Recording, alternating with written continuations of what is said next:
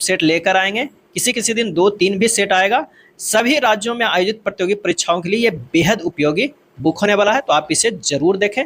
आइए शुरू करते हैं पहले प्रैक्टिस सेट के पहले प्रश्न से। पहला प्रश्न है कि रिपब्लिकन पार्टी ऑफ इंडिया के संस्थापक निम्न में से कौन थे। रिपब्लिकन पार्टी ऑफ इंडिया के संस्थापक निम्न में से कौन थे, और इसका सही आंसर हो जाएगा B R Ambedkar. B R Ambedkar Republican Party of India के संस्थापक थे। और 3 मई 1939 को कांग्रेस के अंदर फॉरवर्ड फॉरवर्ड ब्लॉक के संस्थापक कौन थे फॉरवर्ड ब्लॉक पार्टी के, तो वो है सुभाष चंद्र बोस थे। और अगर भगत सिंह की बात करें तो नौजवान भारत सभा के संस्थापक थे भगत सिंह। रमेश चंद्र मजूमदार जो है वो भारतीय इतिहासकार और प्रोफेसर थे। और इसका जो आंसर हो जाएगा रिपब्लिकन पार्टी ऑफ इंडिया के संस्थापक, तो वो बी आर अम्बेडकर थे। अगले प्रश्न पे चलते हैं कि वर्ष 1920 की खिलाफत कमेटी की सभा जिसमें गांधी जी से असहयोग आंदोलन के नेतृत्व को संभालने का अनुरोध किया गया था, वह सभा किस शहर में हुई थी? इसका सही आंसर हो जाएगा ऑप्शन सी, इलाहाबाद में हुआ था। और खिलाफत कमेटी जो है उसका गठन कब हुआ था, तो 20 मार्च 1919 को बॉम्बे में खिलाफत समिति का गठन किया गया था। 20 मार्च 1919 को। अगला है निम्नलिखित में से कौन व्यक्ति होम रूल लीग की स्थापना में शामिल नहीं थे? कौन ऐसा व्यक्ति थे जो होम रूल लीग की स्थापना में शामिल नहीं थे? इसका सही आंसर जो हो जाएगा वो हो जाएगा D, HS. Olcott. Home rule जो भारत में है 2 तरह के था, दोनों के संस्थापक अलग अलग थे। होम रूल जो एक है जो 28 अप्रैल 1916 को किसने किए थे, तो बाल गंगाधर जो है वो तिलक ने, और ये किए थे कहाँ, पुणे महाराष्ट्र में। और एनी बेसेंट 1 अगस्त 1916 को ही एनी बेसेंट ने किया था, कहाँ, मद्रास में किया था। कहीं कहीं पे जो लिखा हुआ रहता है कि सितंबर 1916 में स्थापना किए थे एनी बेसेंट ने होम रूल लीग के। तो कौन से व्यक्ति होम रूल लीग की स्थापना में शामिल नहीं थे, तो एच.एस. ऑलकॉट शामिल नहीं थे, ए सुब्रमण्यम अय्यर भी शामिल थे होम रूल लीग के स्थापना में। अगला है नोआखली घटना के समय महात्मा गांधी के निजी सचिव कौन थे? इसका सही जो आंसर हो जाएगा कौन सा हो जाएगा, ऑप्शन हो जाएगा सी, प्यारेलाल थे। अब बात आती है कि नोआखली घटना कब हुई थी, तो नोआखली घटना जो हुआ था वो 1946 में हुआ था। अक्टूबर-नवंबर 1946 में बंगाल के चटगांव डिवीजन के नोआखली जनपद में हुआ था, मुसलमानों द्वारा किया गया था। ये भयंकर नरसंहार था। उस समय महात्मा गांधी के निजी सचिव प्यारेलाल थे, क्योंकि महात्मा गांधी का निजी सचिव का प्रश्न जो आता है वो सभी लोग टिक मार देते हैं महादेव देसाई, लेकिन उस समय महादेव देसाई की मृत्यु हो चुकी होती है, उस समय निजी सचिव थे प्यारेलाल। तो यहाँ आंसर जो हो जाएगा प्यारेलाल। अगला है सविनय अवज्ञा आंदोलन की असफलता के बाद गांधी जी ने महत्व दिया किसे? इसका जो सही आंसर हो जाएगा वो हो जाएगा ऑप्शन ए, रचनात्मक कार्यक्रम को। किसे? रचनात्मक कार्यक्रम को। सविनय अवज्ञा आंदोलन कब से कब तक चला था, तो 12 मार्च 1930 से लेके 6 अप्रैल 1930 तक ये चला था। ये दांडी यात्रा इसी में हुआ था, सविनय अवज्ञा आंदोलन में। अगला है बंकिम चंद्र चटर्जी की रचना कौन सी नहीं है? और इसका सही आंसर जो हो जाएगा वो हो जाएगा सी, पोस्टमास्टर के जो रचना किए थे किसने किए थे, तो वो रविन्द्रनाथ टैगोर ने। अब बाकी दुर्गेश नंदिनी, आनंद मठ और देवी चौधरानी सभी का रचना जो किए हैं वो बंकिम चंद्र चटर्जी ने किए हैं। अगले प्रश्न पे चलते हैं कि वर्ष 1911 में किस सामाजिक कार्यकर्ता ने ब्रिटिश विधान परिषद के समक्ष निःशुल्क तथा अनिवार्य प्राथमिक शिक्षा का प्रस्ताव रखा था? और इसका सही आंसर जो हो जाएगा वो हो जाएगा बी, गोपाल कृष्ण गोखले ने। वर्ष 1911 में किस सामाजिक कार्यकर्ता ने ब्रिटिश विधान परिषद के समक्ष निःशुल्क तथा अनिवार्य प्राथमिक शिक्षा का प्रस्ताव रखा था? वो है गोपाल कृष्ण गोखले ने। अगला है निम्नलिखित में से दक्षिण भारत में विजय प्राप्त करने वाला पहला शासक कौन था? और इसका सही आंसर जो हो जाएगा वो हो जाएगा कौन सा, ऑप्शन ए, अलाउद्दीन खिलजी। अलाउद्दीन खिलजी का शासन था 1296 ईस्वी से लेकर 1316 ईस्वी में।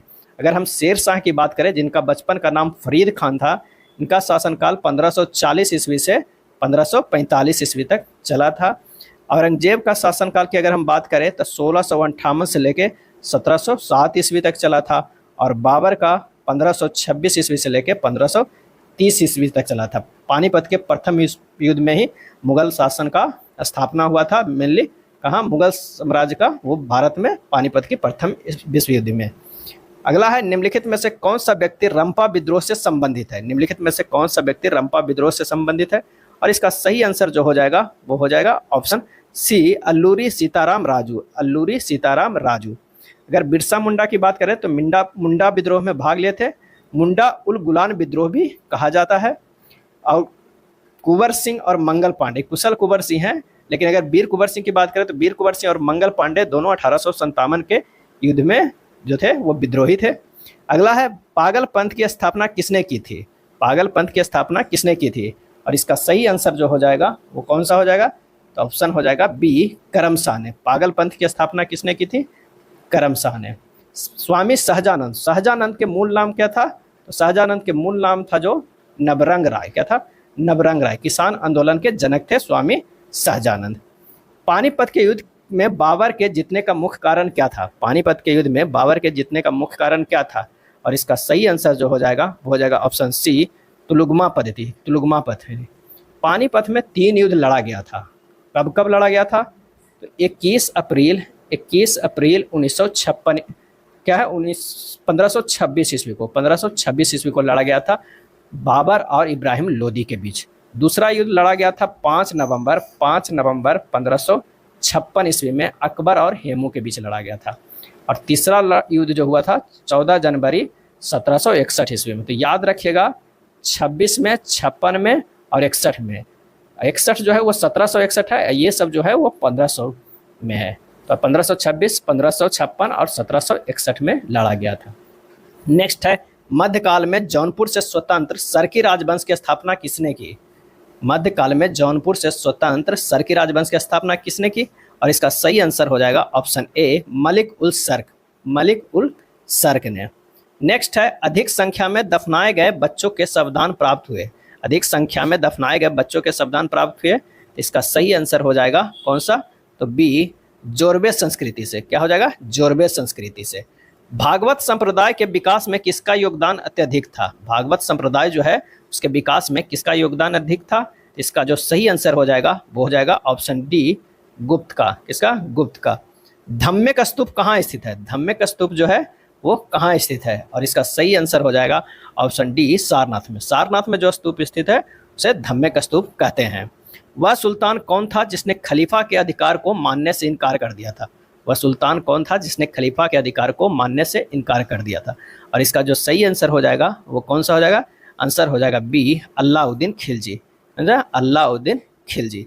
अगर इल्तुतमिश की बात करें तो कुतुब मीनार का अगर पूछ दे कि निर्माण किसने किया था, कुतुब मीनार का निर्माण किसने किया था? तो इल्तुतमिश ने। लेकिन नींव डाला था कुतुबुद्दीन ऐबक ने। कुतुबुद्दीन ऐबक ने क्या किया था? एक महल बनाया था और इल्तुतमिश जो है उस पर 3 महल और बना दिया। कितना? 3 महल और बना दिया। टोटल कितना हुआ? 4 महल जो है कुतुब मीनार बन गया। लेकिन जब वज्रपात हुआ तो एक महल क्षतिग्रस्त हो गया, तो क्या बचा? 3 महल। उसे फिरोज शाह तुगलक ने क्या किया? सही करवाया फिरोज शाह तुगलक ने, और उस पर 2 महल और बना दिया। तो अब टोटल कितना आ गया? 5 महल। तो ये भी प्रश्न पूछा जाता है कि कुतुब मीनार का फ्लोर जो है महल कितने महल का है, कितने फ्लोर का है? तो वो 5 फ्लोर का है। अगर बलबन की बात करें तो लौह रख नीति अपनाया था, सिजदा और पावोस लगाया था किसने? बलबन ने। नेक्स्ट है, यूरोप को उत्तरी अमेरिका से कौन सा सागर या महासागर अलग करता है? यूरोप को उत्तरी अमेरिका से कौन सा सागर या महासागर अलग करता है?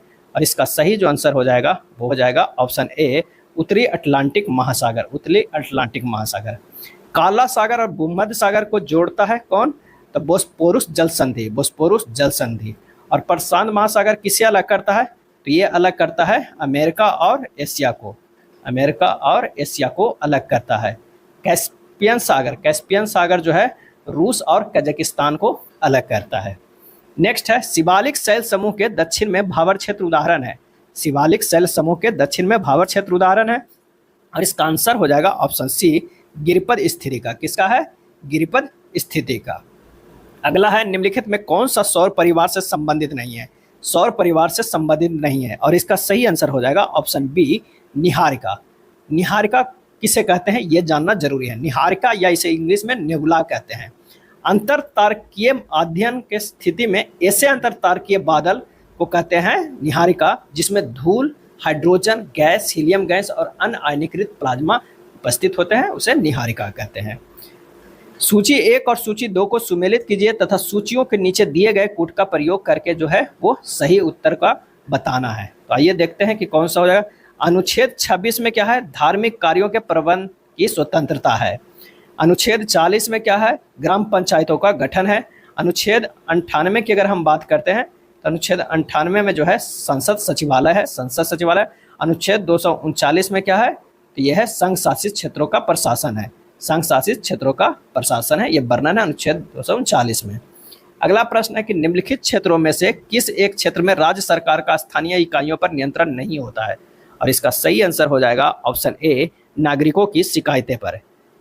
किस एक क्षेत्र में राज्य सरकार का स्थानीय इकाइयों पर नियंत्रण नहीं होता? तो नागरिकों की शिकायतों पर। अगला प्रश्न है कि निम्नलिखित कथनों में से कौन सा जो कथन है वो गलत है? हमें बताना है कि कौन सा गलत कथन है जो गलत है। तो मौलिक अधिकार पर संविधान का भाग 3 यूएसए के बिल ऑफ राइट्स पर आधारित है, ये तो बिल्कुल सही है। संविधान के अनुच्छेद 21 के अंतर्गत मृत्यु का अधिकार मूलभूत अधिकार है, ये गलत है। भारतीय संविधान एक पूर्ण संघीय संविधान है, ये भी गलत है। भारतीय संविधान के अनुसार मूलभूत अधिकारों को हटाया जा सकता है, ये भी गलत है। तो आंसर जो हमारा हो जाएगा, कौन सा कथन गलत है? तो हो जाएगा डी, बी, सी और डी जो है वो कथन गलत है। ए जो सिर्फ है वो सही है। वर्ष 2011 में भारत के संविधान में होने वाले 97 संशोधन का संबंध किस विषय से है? और इसका सही जवाब हो जाएगा ऑप्शन बी, सहकारी संस्थाओं के गठन एवं कार्य का संचालन। सहकारी संस्थाओं का गठन एवं कार्य का संचालन। भारत के संसद द्वारा पंचायत प्रावधान अनुसूचित क्षेत्रों तक विस्तार कानून कब पारित किया गया? और इसका सही आंसर जो हो जाएगा वो हो जाएगा कौन सा? तो सी, 1996 में। कब पारित किया गया? तो 1996 में किया गया। व्यक्तिगत प्रयोज्य आय पीडीआई एक खाली स्थान है, और इसका सही आंसर हो जाएगा ऑप्शन बी, पीडीआई बराबर होगा व्यक्तिगत आय माइनस व्यक्तिगत कर भुगतान माइनस गैर कर भुगतान। आंसर जो हो जाएगा वो हो जाएगा बी। शरीर के संपर्क में स्प्रिट ठंडी अनुभूति देती है क्योंकि? शरीर के संपर्क में आते ही स्प्रिट ठंडी अनुभूति देती है क्यों? क्योंकि इसका जो सही जवाब हो जाएगा वो हो जाएगा सी, यह अत्यंत जो है वो वाष्पशील है। जब जल जलवाष्प में परिवर्तित होता है तब, जब जल जलवाष्प में परिवर्तित होता है तब क्या होता है? वातावरणीय उष्मा स्रोत से उष्मा जल में प्रवाहित होती है। हरे पौधे सूर्य के प्रकाश की ऊर्जा का खाली स्थान प्रतिशत ग्रहण करते हैं और उससे खाद्य ऊर्जा में परिवर्तित करते हैं। तो कितने परसेंट? तो ये हो जाता है 1%। आंसर जो हमारा हो जाएगा बी, 1% है। अब ये ग्रहण करता है प्रकाश संश्लेषण के द्वारा। आप कहते किसे हैं प्रकाश संश्लेषण? वह प्रक्रिया जिसके द्वारा हरे पौधे और कुछ अन्य जीव रूपांतरित होते हैं किसमें? प्रकाश ऊर्जा को रासायनिक ऊर्जा में बदलते हैं, रूपांतरित करते हैं, यानी बदलते हैं प्रकाश ऊर्जा को रासायनिक ऊर्जा में। और कितने प्रतिशत है? तो वो है 1%।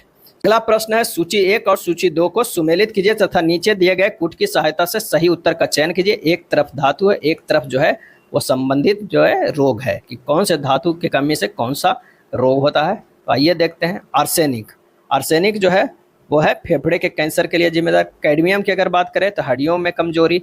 पॉलीविनाइल क्लोराइड की बात करें स्वसन संबंधी समस्या। और बेरियम जो है वो मस्तिष्क का सूजन। आंसर जो हो जाएगा कौन सा हो जाएगा? तो वो हो जाएगा ऑप्शन डी, 29 का कितना हो जाएगा? डी हो जाएगा। सांद्र सल्फ्यूरिक अम्ल की उपस्थिति में, सांद्र सल्फ्यूरिक अम्ल की उपस्थिति में एस्टिक अम्ल तथा एथिल अल्कोहल के मध्य होने वाली अभिक्रिया क्या कहलाती है? क्या कहलाती है? तो अभिक्रिया कैसे होता है पहले ये देख लेते हैं। CH3COOH ये है एस्टिक अम्ल, और ये अभिक्रिया करता है CH3CH2OH एथिल अल्कोहल से किसमें? सांद्र सल्फ्यूरिक अम्ल में, H2SO4 में। ये बनता है जो क्या बनता है? CH3COO C2H5 प्लस H2O बनता है। CH3CO C2H5 क्या है? वो है एथिल एसीटेट है। क्या है? एथिल एसीटेट है, यानी ये हो रहा है क्या? एस्टिकरण हो रहा है। तो आंसर जो हमारा हो जाएगा वो हो जाएगा डी। होने वाली अभिक्रिया कहलाती है एस्टिकरण कहलाती है, क्योंकि ये जो हो रहा है बन रहा है एस्टिक अम्ल प्लस एथिनॉल अल्कोहल H2SO4 के क्या है उपस्थिति में एथिल एसीटेट बन रहा है। ग्रेफाइट में परतों को एक दूसरे से मिलाकर रखा जाता है, और इसका सही जो आंसर हो जाएगा कौन सा हो जाएगा? तो वो हो जाएगा ए, वांडरबॉल्स बलों द्वारा। ग्रेफाइट में परतों को एक दूसरे से मिलाकर रखा जाता है, वांडरबॉल्स बलों द्वारा रखा जाता है। नेक्स्ट है, निम्नलिखित में कौन सा एक यातायात संचालित नगरों में भूरी वायु बनने में से संबंध है? और इसका सही आंसर हो जाएगा कौन सा? इसका सही आंसर हो जाएगा ए, सल्फर डाइऑक्साइड। क्या है? Sulphur dioxide.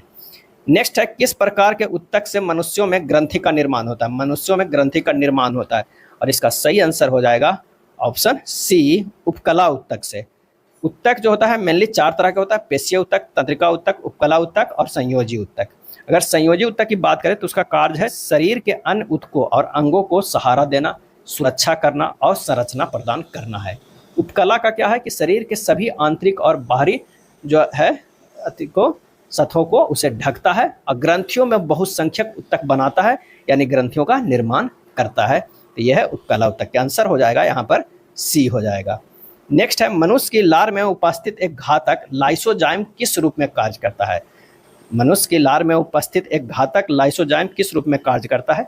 और इसका जो सही आंसर हो जाएगा वो हो जाएगा ए, प्रतिजीवाणु कारक के रूप में। अब लार में कौन कौन से एंजाइम पाया जाता है? एक तो है एमाइलेज पाया जाता है, टॉयलिन रहता है, और एक लाइसोजाइम होता है। क्या है? लाइसोजाइम होता है। टॉयलिन जो क्या करता है कि स्टार्च को शर्करा में तोड़ता है। टॉयलिन जो है स्टार्च को किस में तोड़ता है? शर्करा में तोड़ता है। और लाइसोजोम जो है बैक्टीरिया को क्या करता है? विघटित करता है। यानी एक घातक लाइसोजोम किस रूप में होता है? प्रतिजीवाणु कारक के रूप में हो जाएगा। आंसर हो जाएगा ऑप्शन ए। पौधों में रंध्रों का खुलना एवं बंद होना किस पर निर्भर करता है? और इसका सही जवाब हो जाएगा ऑप्शन बी, स्फीति दाब पर। किस पे? स्फीति दाब पे। रंध्र क्या करता है? यह पौधों के भीतर गैसों के आदान प्रदान में मदद करता है। और खुलना एवं बंद होना किस पर निर्भर करता है? स्फीति दाब पे। निम्न में से कौन फूल का एक अंश या भाग है? और इसका सही आंसर जो हो जाएगा वो हो जाएगा स्त्री केसर। फूल का मेनली जो होता है अतरंते भाग वो 4 होता है। कौन कौन होता है? एक तो होता है स्त्री केसर, एक होता है पुंग केसर, एक होता है बाह्यदल। क्या होता है? बाह्यदल। और एक होता है पंखुड़ी। क्या होता है? पंखुड़ी होता है। ये 4 भाग होता है फूल का। नेक्स्ट है, सफेद फास्फोरस के संबंध में निम्नलिखित कथनों पर विचार कीजिए और बताइए कि कौन सा जो कथन है वो सही है, कौन सा कथन जो है सही है। यह एक विषैला पदार्थ है जिसका उपयोग रासायनिक हथियार के रूप में किया जा सकता है। बिल्कुल है। यह अत्यधिक ज्वलनशील है और हवा के संपर्क में आने पर स्वतः प्रज्वलित हो जाता है। यह सही है। लाल फास्फोरस के बारे में भी काफ़ी प्रश्न पूछा जाता है। लाल फास्फोरस का यूज कहाँ होता है? तो दिया सलाई में। कहाँ? दिया सलाई में, यानी माचिस में यूज होता है। इसका आंसर हो जाएगा सी, 1 और 2 दोनों कथन सही है। सामान्य ठंड में निम्नलिखित में से कौन सा नासिका संकुलन के लिए उत्तरदायी है? सामान्य ठंड में निम्नलिखित में से कौन सा नासिका संकुलन के लिए उत्तरदायी है? और इसका सही आंसर जो हो जाएगा वो कौन सा हो जाएगा? इसका आंसर हो जाएगा ऑप्शन बी, हिस्टामिन। क्या है? हिस्टामिन। केंद्रक कला का निर्माण किस कोशिकांग द्वारा होता है? केंद्रक कला का निर्माण जो है किस कोशिकांग के द्वारा होता है? सही जवाब हो जाएगा ऑप्शन ए, अंतद्रव्य जालिका में। अंतद्रव्य जालिका में। लसिका एवं रुधिर किस उत्तक का उदाहरण है? लसिका एवं रुधिर किस उत्तक का उदाहरण है? और इसका सही जवाब हो जाएगा ऑप्शन डी, संवहनीय उत्तक का उदाहरण है। भारतीय अर्थव्यवस्था के संदर्भ में खुला बाजार परिचालन किसे निर्दिष्ट करता है? भारतीय अर्थव्यवस्था के संदर्भ में खुला बाजार परिचालन किसे निर्दिष्ट करता है? और इसका आंसर हो जाएगा सी, आरबीआई द्वारा सरकारी प्रतिभूतियों के क्रय और विक्रय करने का। आरबीआई द्वारा सरकारी प्रतिभूतियों को क्रय और विक्रय करने का। पूंजी खाता परिवर्तनीयता की सिफारिश निम्न में से किस समिति ने की थी? पूंजी खाता परिवर्तनीयता की सिफारिश निम्न में से किस समिति ने की थी? और इसका सही आंसर हो जाएगा ऑप्शन ए, तारापोर समिति। तारापोर समिति। भूगोल को मानव पारिस्थितिकी के रूप में परिभाषित करने वाला विद्वान कौन है? भूगोल को मानव पारिस्थितिकी के रूप में परिभाषित करने वाला विद्वान कौन है? सही आंसर हो जाएगा option C, H Barrows. H Barrows. भारत के निम्नलिखित क्षेत्रों में कौन सा पारिस्थितिकी उष्ण स्थल माना जाता है? भारत के निम्नलिखित क्षेत्रों में से कौन सा पारिस्थितिकी उष्ण स्थल माना जाता है? और इसका सही जवाब हो जाएगा ऑप्शन सी, पश्चिमी घाट को माना जाता है। नेक्स्ट है, विश्व संगीत दिवस कब मनाया जाता है? विश्व संगीत दिवस कब मनाया जाता है? इसका सही आंसर हो जाएगा ऑप्शन बी, 21 जून को मनाया जाता है विश्व संगीत दिवस। अगर बात किया जाए 19 मई को क्या मनाया जाता है? तो विश्व परिवार दिवस, विश्व परिवार चिकित्सा दिवस। विश्व परिवार चिकित्सा दिवस मनाया जाता है, चिकित्सा दिवस मनाया जाता है 19 मई को। और अगर कहा जाए 23 जुलाई को मनाया जाता है तो राष्ट्रीय प्रसारण दिवस, राष्ट्रीय प्रसारण दिवस मनाया जाता है 23 जुलाई को। और 18 सितंबर को मनाया जाता है विश्व बाल दिवस। विश्व जो है वो बांस दिवस मनाया जाता है, बांस दिवस मनाया जाता है 18 सितंबर को। भारत का पहला राष्ट्रीय समुद्रिक पार्क कहाँ स्थित है? भारत का पहला राष्ट्रीय समुद्रिक पार्क कहाँ स्थित है? और इसका सही जो आंसर हो जाएगा वो हो जाएगा ए, कच्छ में स्थित है समुद्रिक पार्क। चिल्का झील क्या है? खारे पानी का सबसे बड़ा झील है चिल्का झील, और ये कहाँ है? तो ये उड़ीसा में है। सुंदरवन कहाँ है? तो पश्चिम बंगाल में। क्या है? पश्चिम बंगाल में है।